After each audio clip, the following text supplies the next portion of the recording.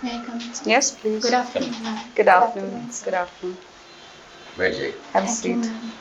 Quick thinking about the time. It's 12:16. आपने time देखा तब आपने greet किया, which goes in your favor. Brownie points for that. Okay. अपने बारे में हमें कुछ बताइए बिना अपना नाम और निवास स्थान रिवील किए बिना. मैम मैंने अपनी स्कूलिंग कार्मेल हाई स्कूल से की है और मैंने अपना इंटरमीडिएट शिवम कॉन्वेंट से किया। फिर मैंने अपना ग्रेजुएशन पटना वुमेंस कॉलेज से इकोनॉमिक्स ऑनर्स में किया।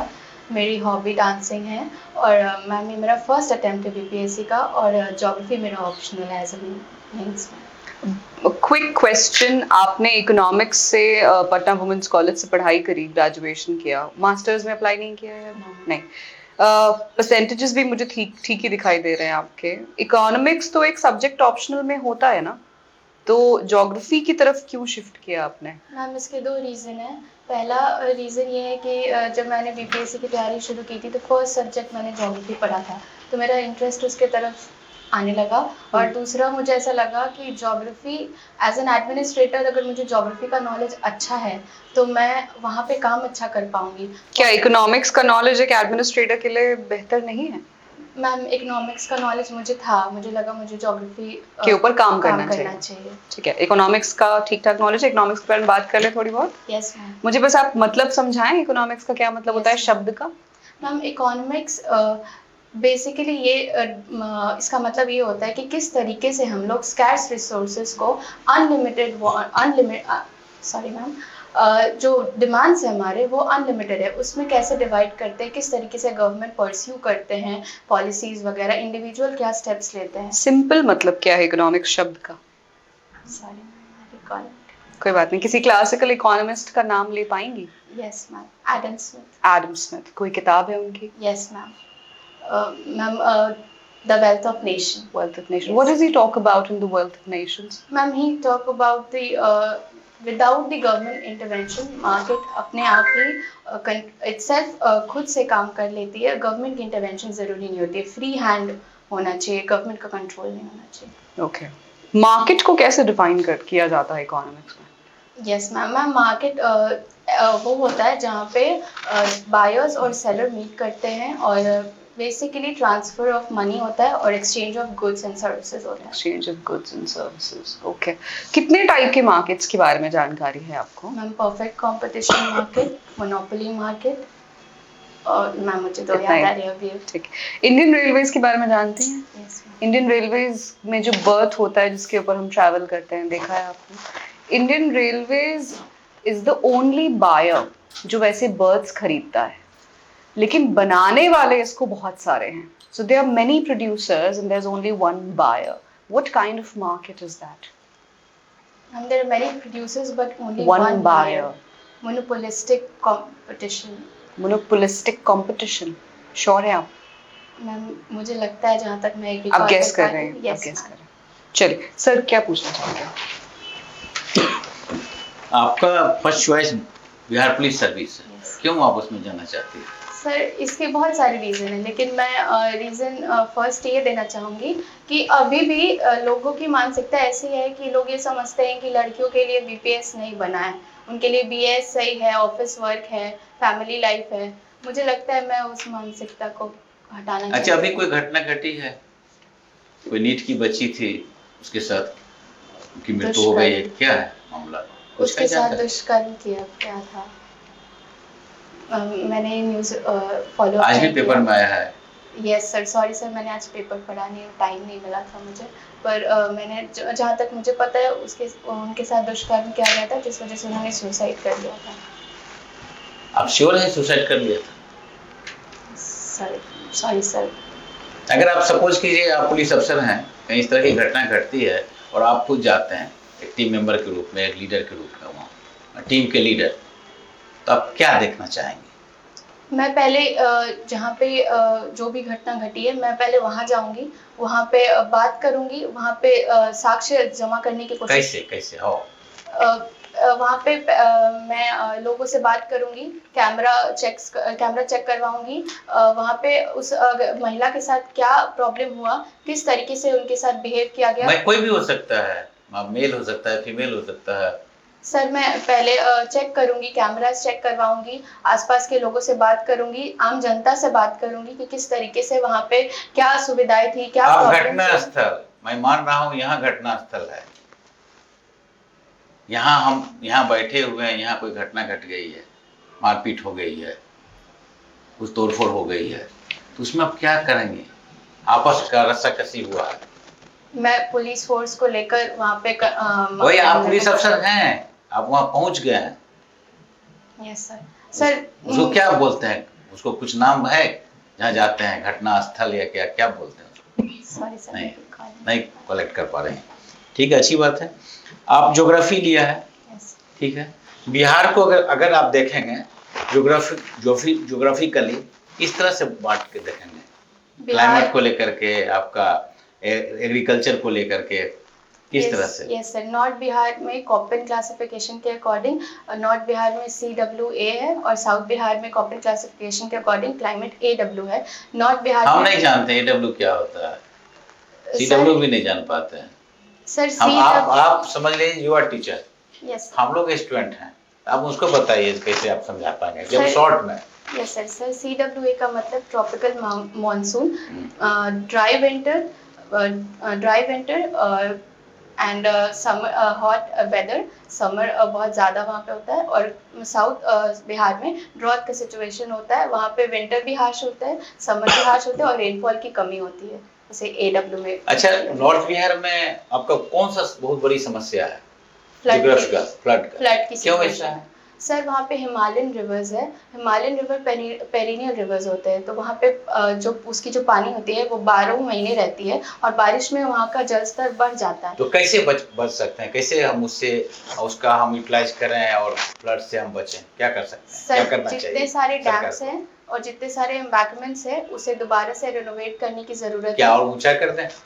सर बहुत पुराने हो गए हैं, कंस्ट्रक्शंस उसके कमज़ोर हो गए हैं, अगर हम उसे रेनोवेट कराएंगे। अगर सपोज करें 25 फीट की हाइट पर है तो उसको 40 फीट कर दें, सर क्या उसका निदान है उससे? No sir. सर इसका क्या? सबसे अच्छा निदान यही है कि रिवर इंटरलिंकिंग प्रोजेक्ट पे काम किया जाए, जो कि अभी हमारी सरकार कर भी रही है, जैसे कोसी मेची लिंक। अभी झारखंड से बात करके इधरपुरी रिजर्वॉयर के थ्रू सोन रिवर के पानी को भी साउथ बिहार में लाया जाने की। अच्छा, उससे क्या फायदा होगा? सर जैसे कोसी और मेची रिवर को लिंक कर दे तो वहाँ के लोगों को, वहाँ के जो किसान हैं उनको क्या फायदा होगा, उनके लोगों को क्या फायदा होगा उससे? सर नॉर्थ बिहार में फ्लड की सिचुएशन कमेगी, नॉर्थ बिहार में खादर सॉइल पाया जाता है, तो वो वहाँ पे एग्रीकल्चर अभी अच्छे स्तर पे होता है और अच्छे स्तर पे किया जाएगा। और साउथ बिहार में ड्रॉट की कमी है, वाटर टेबल रिचार्ज वहाँ पे कम है, तो वहाँ पे वाटर टेबल रिचार्ज हो जाएगा, वहाँ पे एग्रीकल्चर अच्छे से शुरू किया जा सकता है। इरिगेशन को कैसे हम कर सकते हैं? इरिगेशन किसान के लिए क्या कर सकते हैं? सर साउथ बिहार में जब पानी डाइवर्ट किया जाएगा तो साउथ बिहार में जो पानी की कमी है वो कम हो जाएगी, तो इरिगेशन पानी डाइवर्ट कैसे किया जाएगा, यही हम आपसे जानना चाह रहे हैं। हम यह जानना चाह रहे हैं, जो पानी नदी तो काफी है, फ्लड में रेनी सीजन में फ्लड आ जाता है और फिर आपका अप्रैल मई महीना में फिर ड्रॉट आ जाता है, पानी तो मिलता नहीं है किसी को, उसको कैसे आप ही करेंगे? किसान के पास कैसे पहुंचेगा? सर किसान के पास पानी रिवर का जब पानी क्या केनाल सिस्टम डेवलप नहीं कर सकते हैं? Yes sir. तो आपको सीधा सीधे उसमें कुछ ज्यादा है ही नहीं। सॉरी ठीक है सर। ये बताइए, अभी सर का जवाब देते हुए आपने रिवर इंटरलिंकिंग की बात की, तो पक्ष में तो आपने बताया कि क्या क्या इससे फायदे हैं, कुछ नुकसान भी तो हो सकता है। Yes sir. तो इसका बताइए क्या क्या नुकसान है इससे? सर नुकसान बहुत क्या सारे इसके हैं। नकारात्मक पहलू कौन कौन से हैं? Yes sir. सर रिवर का एक नेचुरल फ्लोइंग होता है, अगर हम उससे छेड़छाड़ करेंगे तो और ज़्यादा हमें प्रॉब्लम फेस करना पड़ सकता है। रिवर का जो एक्वेटिक लाइफ है वो हार्म होगा उससे, बहुत सारी मछलियाँ हैं ऐसी हैं जो भी एक्सटिंक्ट भी हो रही है, मर भी रही हैं। और सर हमारा जो बिहार का स्ट्रक्चर ऐसा है कि वो बाउल शेप में है, तो पानी नीचे से ऊपर लेकर जाना बहुत मुश्किल है। ये बताइए कि बिहार के इधर कैमूर रोहतास साइड में किस प्रकार का उद्योग लगाया जा सकता है जिसके फ्लरिश होने की संभावना बहुत ज़्यादा है? Yes sir. सर कैमूर और रोहतास में फॉरेस्ट बेस्ड इंडस्ट्रीज लगाए जा सकते हैं, जैसे कैमूर में बहुत बड़ा ओपन फॉरेस्ट है, कैमूर और रोहतास क्या नाम है उसका? फॉरेस्ट। ओपन फॉरेस्ट जो बताया आपने? सॉरी सर, मैं रिकॉल नहीं हाँ, कर पा बताइए। रही हूँ। सर कैमूर और रोहतास में विंध्यन सॉइल पाया जाता है, विंध्यन रॉक्स पाए जाते हैं, वहाँ पे लाइमस्टोन सीमेंट्स की इंडस्ट्रीज लगाई जा सकती है। और ये बताइए कि अभी आपने वो ओपन फॉरेस्ट की बात की, तो नेशनल पार्क से आप क्या समझती हैं? किसको नेशनल पार्क बोलते हैं? सॉरी सर, मैं रिकॉल नहीं कर पा वाइल्ड लाइफ रही। सेंचुरी के बारे में सुना है? यस किसको बोलते हैं? सर, मैं डेफिनेशन रिकॉल नहीं कर पा रही हूँ इस बात बिहार में है wild life sanctuary? Sir, Bihar में वेस्ट चंपारण में टाइगर रिजर्व है। नहीं नहीं, हम तो वाइल्ड लाइफ सेंचुरी की बात कर रहे हैं ना। सर उसको टाइगर रिजर्व बना दिया गया, वो वाइल्ड लाइफ सेंचुरी। क्या होता है टाइगर रिजर्व? सर जहाँ पे टाइगर्स पाए जाते हैं और उसके पैमाने होते हैं कि कुछ संख्या, अगर ज़्यादा टाइगर्स पाए जाते हैं तो उसे टाइगर रिजर्व घोषित कर दिया जाता है। क्या नाम है इसका, टाइगर रिजर्व का? वाल सर मैं एक सेकेंड ले लूँ। हाँ ले। Sir Valmiki tiger reserve. और इसका जो एक्सटेंशन नेपाल में है, वहाँ क्या नाम है इसका? सर सॉरी सर, मैं पढ़ लूँगी इसके बारे में। ठीक है, ये बताइए कि चूँकि इकोनॉमिक्स और ज्योग्राफी दोनों आपका सब्जेक्ट है, बहुत अच्छा कॉम्बो है, ये बताइए कि ह्यूमन कैपिटल से आप क्या समझती हैं? Sorry sir. डेमोग्राफिक डिविडेंड किसको बोलता है? Yes, sir. Statistical study of the population depending upon 3 factors: birth rate, death rate, and migration is called. And sir, demographic dividend उसमें कहते हैं जहाँ पे यूथ की पॉपुलेशन ज़्यादा होती है, वर्किंग पॉपुलेशन ज़्यादा होती है, डिपेंडेंसी रेशियो कम होता है, तो वहाँ पे डेमोग्राफिक डिविडेंड होता है। और इसका ठीक अपोजिट टर्म क्या है? डेमोग्राफिक डिजास्टर सुना है आपने? No, sir. ये बताइए कि जो यूक्रेन और रसिया के बीच में जो काफ़ी लंबे समय से युद्ध चल रहा है, इसका ग्लोबल इकोनॉमी पर क्या असर हुआ है? सर यूक्रेन और रशिया का जो युद्ध चल रहा है, इससे जो हमारा वर्ल्ड है वो 2 हिस्सों में डिवाइड हो गया है। कुछ लोग रशिया को सपोर्ट कर रहे हैं, जैसे सर इंडिया है वो न्यूट्रल रहता है, वो क्योंकि हमारा शुरू से ये पॉलिसी रहा है कि हम लोग न्यूट्रल रहेंगे, नॉन अलाइन मूवमेंट हमारा रहता है और हम दोनों को सपोर्ट करते हैं। लेकिन यूएसए रशिया को सपोर्ट कर रहा है, कुछ कंट्रीज ऐसे जो यूक्रेन को सपोर्ट कर रहे हैं। और सर इतने बड़े युद्ध की वजह से वहाँ के रहने वालों को भी इन्फ्लेशन का सामना करना पड़ रहा है, प्राइजेस बढ़ रहे हैं और जितने भी सारे ट्रेड हो रहे हैं, यूएसए सैंक्शंस लगा रहा है रशिया पे ताकि युद्ध रोका जा सके। इससे इंडिया का मार्केट खराब हो रहा है, दूसरे कंट्रीज का भी मार्केट इससे हैम्पर हो रहा है। ये बताइए कि ये जो क्योंकि आपका इकोनॉमिक्स और ज्योग्राफी दोनों है, तो एक शब्द हम बार बार सुनते हैं, सस्टेनेबल डेवलपमेंट। आप परिचित हैं इस शब्द से? Yes, sir. क्या मतलब होता है इसका? Using the resources in that way कि हम लोग फ्यूचर जनरेशन्स के एबिलिटी को हार्म ना करें, वो उस रिसोर्सेज को यूज़ करने में, उसको सस्टेनेबल डेवलपमेंट कहते हैं। अभी एक वीडियो वायरल है बहुत ज़्यादा मकर संक्रांति के अवसर पर, जिसमें एक 80 वर्षीय बुजुर्ग सर पे एक मोटरी लेकर के और हाथ में कमंडल, मोटरी समझ रही हैं ना? Yes. सर पे एक मोटरी, हाथ में कमंडल है और 10 किलोमीटर पैदल यात्रा करके अपनी बेटी से मिलने जा रहे हैं। Yes. ये वीडियो बहुत वायरल, देखा है आपने? Yes. आप इसको कितने अलग अलग एंगल से देखती हैं? सर अगर मैं मतलब हम आपका व्यू पॉइंट जानना चाह रहे हैं कि ये वीडियो आपके पास पहुंचा तो आप इसको कैसे अलग अलग दृष्टिकोणों से देखती हैं, इसका विश्लेषण करती हैं? सर मैं अगर एथिकली देखूं तो वो उनका एज बहुत ज़्यादा था और ये ज़रूर है कि उनके बच्चे होंगे, बेटी के पास वो जा रहे थे तो उनके बेटे भी हैं। तो अगर हम अपने पेरेंट्स को इतने एज में भी खुद भेज दे और खुद ना जाए, उनका हेल्प ना करे, तो ये शर्मिंदगी की बात है कि हम अपने पेरेंट्स के लिए कुछ नहीं कर पा रहे हैं, तो फिर हमारा सक्सेसफुल होना मायने नहीं रखता। नहीं तो आप कैसे जानती हैं उसको, उनका बेटा भी है क्या है? आपको सर, तो पता नहीं उस वीडियो में है क्या? सर कमेंट्स में मैंने देखा था कि उनके बेटे हैं और वो लोग हेल्प नहीं कर रहे हैं, इसीलिए वो अपनी बेटी के लिए चूड़ा दही, जो हमारे बिहार में होता है कि शादी के बाद बेटियों को चूड़ा दही भार पहुंचाया जाता है, तो वो खुद लेकर जा रहे थे।